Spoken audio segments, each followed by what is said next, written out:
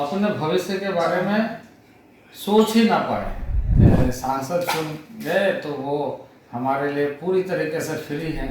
देश के लिए काम भी तो करना है। देश की बड़ी जिम्मेदारी के लिए जनता प्रतिनिधि चुनती है। गुजरात में, राजस्थान में कार्य अच्छे हो रहे हैं। झारखंड में आपका स्वागत है। हम मौजूद हैं खूंटी संसदीय क्षेत्र में, जहां से अर्जुन मुंडा चुनाव लड़ रहे हैं। अर्जुन मुंडा को भाजपा ने अपना प्रत्याशी बनाया है और कालीचरण मुंडा गठबंधन से उनके सामने हैं। पिछले चुनाव में भी दोनों प्रत्याशी आमने सामने थे, लेकिन अर्जुन मुंडा ने बहुत ही नजदीकी मुकाबले में कालीचरण मुंडा को शिकस्त दी थी। इस बार मुकाबला भी बहुत टक्कर का और दिलचस्प बताया जा रहा है। आइए बातचीत करते हैं अर्जुन मुंडा जी से। कैसा चल रहा है चुनाव इस बार? बहुत अच्छा चल रहा है।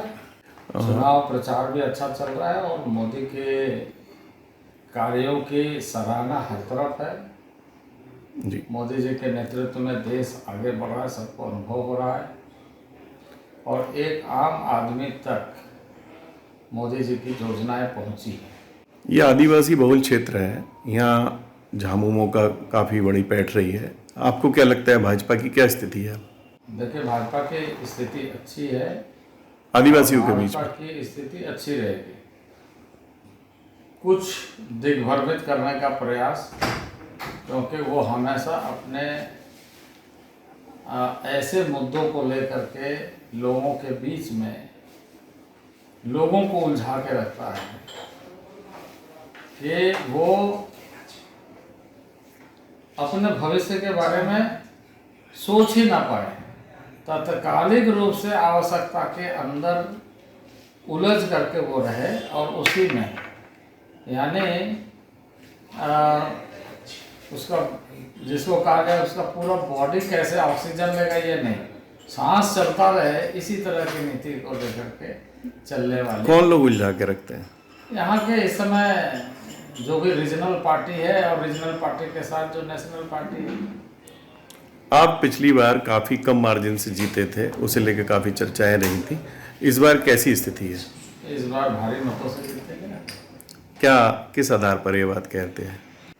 नरेंद्र भाई मोदी के नेतृत्व में तमाम चुनौतियों का मुकाबला करते हुए एक आम आदमी को सुरक्षित कैसे रहे, इसे वास्तविक धरातल पर उतारने का काम किया है। आपके क्षेत्र में आपके की तो बहुत तारीफ होती है, लेकिन कुछ लोगों की शिकायत थी कि आपकी अवेलेबिलिटी नहीं रही। अवेलेबिलिटी है, लेकिन कई बार ऐसा होता है कि लोगों को ऐसा लगता है कि सांसद चुन गए तो वो हमारे लिए पूरी तरीके से फ्री हैं। देश के लिए काम भी तो करना है। देश की बड़ी जिम्मेदारी के लिए जनता प्रतिनिधि चुनती है। इसलिए अब समझ बढ़ रही है, लोग इस बात को महसूस कर रहे हैं और लोग चाहते हैं कि देश के अंदर ही हमारा पार्लियामेंट सेगमेंट भी है। कल अमित शाह जी आ रहे हैं, कैसी तैयारियां हैं? अमित शाह जी आ रहे हैं, कार्यकर्ता उनका स्वागत करेंगे। तो आपको एक ये भी पूछना चाहता हूं कि इस बार कितने बड़े मार्जिन से जीत की उम्मीद है आपको? देखिए, जनता मत देती है, पर हमें जनता पर भरोसा है कि पूर्ण बहुमत और भारी संख्या में मत देकर हमें जिताएंगे। बिरसा मुंडा जी के बारे में देखिए, ये हमारा सौभाग्य है कि मैं भगवान बिरसा मुंडा के धरती से प्रतिनिधित्व करने का अवसर प्राप्त किया और मैंने उस सम्मान को बरकरार रखा और उस सम्मान को नई ऊंचाइयां दी और इसलिए प्रधानमंत्री स्वयं यहाँ आए। उनके जन्म स्थान पर महामहिम राष्ट्रपति जी आए। पूरे राष्ट्र के परिप्रेक्ष्य में देखना और जानना, यह पहली बार आज़ादी के बाद आदरणीय नरेंद्र भाई मोदी के नेतृत्व में 15 नवंबर देश भर में एक प्राइड डे के रूप में, गौरव दिवस के रूप में मनाएं, ये आह्वान किया गया है।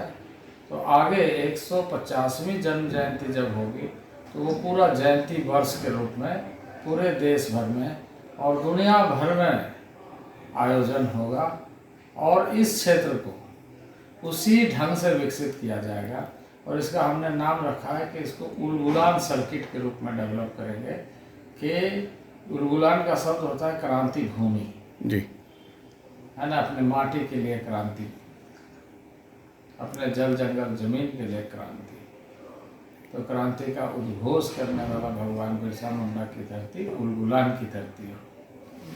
आपके पास किसानों का मंत्रालय भी रहा है, कृषि क्षेत्र में और किसानों के लिए आपकी सरकार ने बहुत कुछ किया, क्या? प्रधानमंत्री स्वयं रुचि लेकर के किसानों का एक वर्ग चिन्हित करते हुए कि किसान है, वो किसी जाति किसी वर्ग से नहीं, बल्कि किसान ही अपने आप में एक वर्ग है, और उसके लिए तमाम तरह की योजनाएं चिन्हित की गई है, कार्यान्वित की जा रही है, और उसका लाभ कैसे पहुँचे ये सुनिश्चित किया जा रहा है। कई योजनाएं बनी हैं जो सीधे तरीके से किसानों को, जैसे किसान सम्मान निधि सीधे किसानों को दी जाती है, तो वहीं क्लस्टर योजना के माध्यम से एग्रो बिजनेस को बढ़ावा दिया जा रहा है।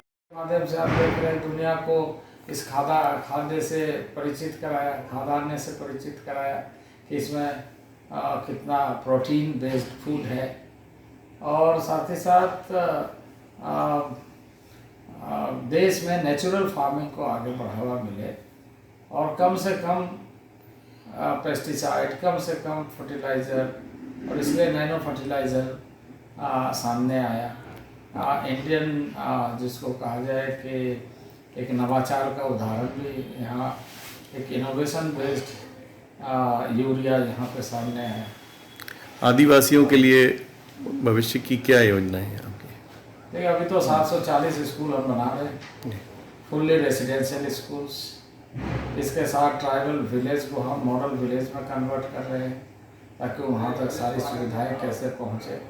पर यह सारी सुविधाओं को पहुँचाने का काम में राज्य का बड़ा योगदान होता है। जो राज्य रुचि लेते हैं वो राज्य जल्दी इन सारी चीज़ों को कर पाते हैं, जो रुचि नहीं लेते, और जैसे यहाँ पर सरकार की रुचि कम है, तो यहाँ काम उतना अच्छे ढंग से नहीं हो रहा है। मध्य प्रदेश में, गुजरात में, राजस्थान में कार्य अच्छे हो रहे हैं, तो हाँ, महाराष्ट्र में कार्य अच्छे हो रहे हैं, एम्पावरमेंट भी हो रहा है, रूरल इकोनॉमी भी बढ़ रही है। एक सवाल ये है कि पिछली बार चुनाव में 11 निर्दलीय खड़े हुए थे, सबसे ज़्यादा यहीं से खड़े हुए थे, और काफ़ी प्रभावित किए थे वोट। इस बार भी निर्दलीय खड़े करें, झारखंड पार्टी भी, तो इस पे क्या असर पड़ेगा? कांग्रेस पार्टी ने खड़ा किया है सब। अगर आप ये वीडियो YouTube पर देख रहे हैं तो हमारे चैनल को सब्सक्राइब करें और बेल आइकन को दबाना ना भूलें। अगर आप Facebook पर ये वीडियो देख रहे हैं तो हमारे पेज को लाइक करें।